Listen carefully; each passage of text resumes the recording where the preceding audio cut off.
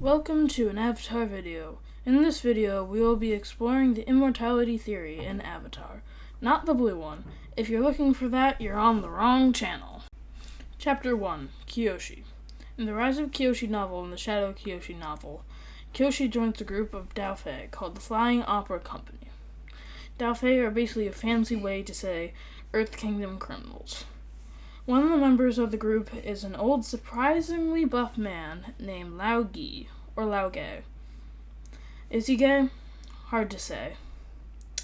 Through using Jessa's journal, Jessa is Kyoshi's mother, Kyoshi finds out that Lao Gi is a man called Tigui the Immortal. It is rumored that Lao Gi lived for over 200 years, possibly up to 1,000 years. Lao Gi has a proverb about immortality. Those who grow live and die.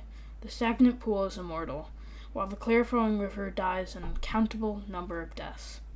This is taken to mean that being immortal causes every part of your body to stay stagnant, never changing, even your mind. Lao Gi decided to teach Kyoshi the immortality technique. When teaching this technique, he talks about how the body splits itself in half, and then in half, again and again, into a state of disrepair. Immortality is the process of putting your body back together again, leading Kyoshi to be able to live for 230 years. Chapter 2. The Chain of Knowledge. During all the time Kyoshi was alive, I speculate that she taught this technique to Fire Lord Zoryu and Rangi, because she is friends with Zoryu and a love interest to Rangi. Then I speculate Zoryu probably passed this technique down to his successors. It eventually got written down on one of the final testaments in the Dragonbone Catacombs, which is the place that Zuko finds the previous Fire Lord's final testaments in the episode The Avatar and the Fire Lord. Also, in The Reckoning of Roku, we learn that Sozin, Roku, and Yasu, Roku's twin brother, found a manuscript about the secrets of immortality and possibly learned the skill at some point, which led to Sozin to die at the age of 102 and have his son at the age of 82, which is frankly unheard of. Then his son lived to the age of 95, which isn't as impressive, but still high above average at the time. Also, he died from poison, not old age-related causes. Then Azulon probably taught this technique to his son, Iroh, and also probably tried to teach this technique to Ozai.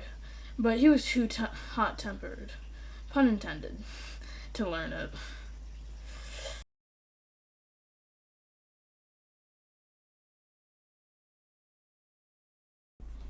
Chapter 3. The White Lotus. When Iroh joined the White Lotus, he shared the knowledge with the rest of the group. This probably is why Bumi, at the age of 112 years old, looks like he's at the prime of his life. He's like extremely jacked. Another very old person that seems to be doing fine is Guru Patik. He said that he knew Monk Gyatso, so that makes him at least 110 years old, which is crazy, leading me to speculate that he used to be part of the White Lotus Grandmaster group and then learned the technique. Then I speculate he quit the group because he wanted to go on a spiritual enlightenment journey, and being in a group gave him earthly attachments, causing one of his chakras to be blocked. Chapter 4. The Gang. But it's like gang, but it's gang. Okay. I speculate that Iroh has also taught Zuko the technique, and then he taught the technique to the rest of the group, which explains why the group members of Aang's Team Avatar, who are in their mid-80s during the Legend of Korra, seem to be perfectly capable of tons of physical movement and bending prowess. I mean, Toph beat Korra, even though Korra did have poison in her, but still, beating the Avatar in any state is impressive. Also, in the episode The Fortune Teller, Aunt Wu says to Katara, "You will have 3 great-grandchildren before passing away peacefully in your sleep." If this is true, that means even at 86, she still has 0 great-grandchildren and her existing great-grandchildren are still very young. So she won't have, she'll have to live for at least 15 years. At least 15 more years. So probably around to 100 years, which is pretty old. A potential counter-argument to this could be that if they know the technique, they still show signs of aging during the Legend of Korra. Like, Zuko and, like, Toph and all of them, like, still look weaker. My rebuttal to this is that they probably learned an incomplete version of the technique, because after being passed down through so many generations, the information might have got changed and become imperfect. Chapter 5, Ulo. Just so you know, this chapter will contain a lot of spoilers for the Reckoning of Roku book, so if you don't want to be spoiled for them, I suggest you click off the video now.